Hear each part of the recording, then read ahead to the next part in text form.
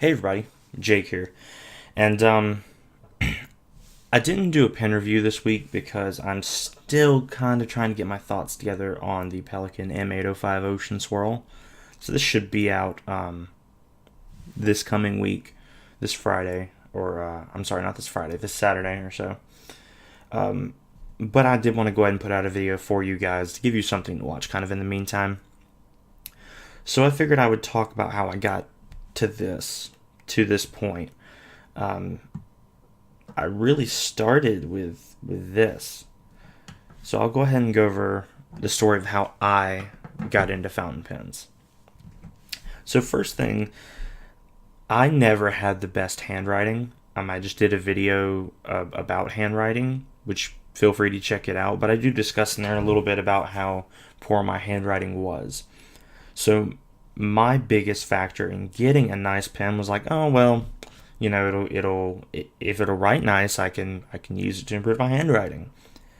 So I took like $10, I think, and went to Office Depot, and I was like, okay, let's try to find a nice pen. And I was looking at ballpoints, didn't even know what a fountain pen was at the time, and I couldn't find anything.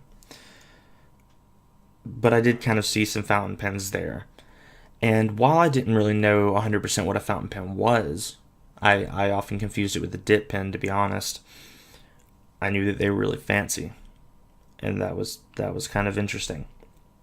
So what I did was I went home and looked it up, and I researched a little. We'll get to that in just a moment. Well, I was on Amazon's daily deals or whatever it was, and I saw one for like $11. I was like, that's not bad. It's a little expensive for a pen, but $11 isn't bad. There's like a Lanxivi CV or something like that. Lanxivi. Don't buy their pens. That one fell apart really quickly. So I went to college for computer science stuff. Didn't write much. Hadn't used a pen since high school.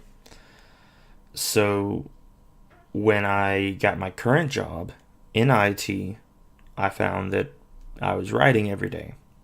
That was a good excuse to buy the pen, so I bought the pen. Got the pen, and I had no idea what in the hell I was doing. I was like, okay, this is... I found out, what a cartridge was, and I put it in there, and I was like, okay, it's writing. The converter, I had no idea what in the hell to do with that. I just kind of put that to the side. I didn't have any bottled ink at the time. So I went to work, and I started writing with this pen, and slowly it just fell apart. The inner cap seal, the little plastic that keeps it from drying out, fell out. The ring that actually held the pen from like twisting around and popping and things like that, that just broke completely. Eventually, the pen just quit. It just quit working and just falling apart. So by the end of that first day, I threw it in the trash. I was very discouraged. And that's part of the reason I always recommend that people get a decent starter fountain pen rather than going for something super cheap. Not to say you can't have nice stuff on the cheap end, but get a good brand. So that almost put me off of fountain pens entirely. However, I did a little bit more research, and I heard of Lamy and the Lamy Safari and then the Pilot and Pilot Metropolitan. And it really came down to the design. I found the Lamy a bit more interesting design-wise, a little different than anything I'd seen before. So I picked this up off of Amazon Warehouse Deals for $18, which was insane to me for a pen. Kind of freaked my wife out too. She's like, that's a lot of money for a pen. So I got the Lamy Safari Charcoal in a fine nib. Now, if you watch my videos, you'll know I generally go for a medium or larger. Really don't go for a fine that often. But this kind of put me in a good spot. Lamy's fines and mediums aren't that different, but it helped me adjust my grip and everything like that, which is very, very important because when I was writing with a ballpoint pen, I was holding it like this. You can't do that with a fountain pen. You're going to break something, or it may not even write at all. So I got this, and I got some purple and turquoise cartridges because I knew how those worked.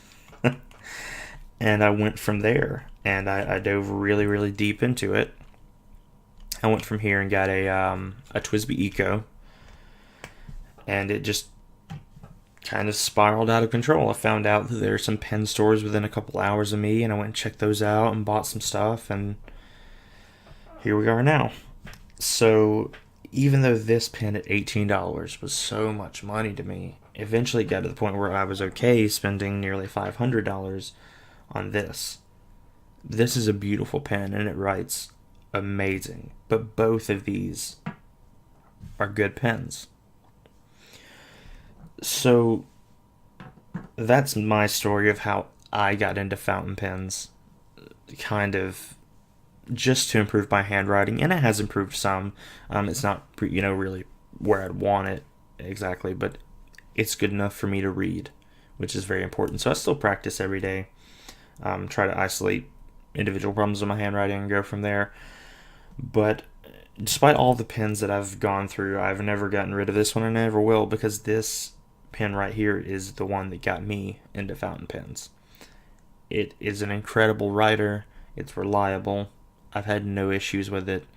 Interchangeable nibs, and it's just a fantastic way to get into fountain pens. And thank you to Lamy for making this pen available, I guess, because without it, my impressions of fountain pens wouldn't have been very good. Alright, thanks for tuning in, guys. If you'd like to, I'd love to hear the story of how you guys got into fountain pens. I always find those really interesting. Let me know how you got into them, and if you spiraled out of control yet, let me know, what happened there as well. And feel free to check out my other videos and things like that. Thanks, guys. Bye.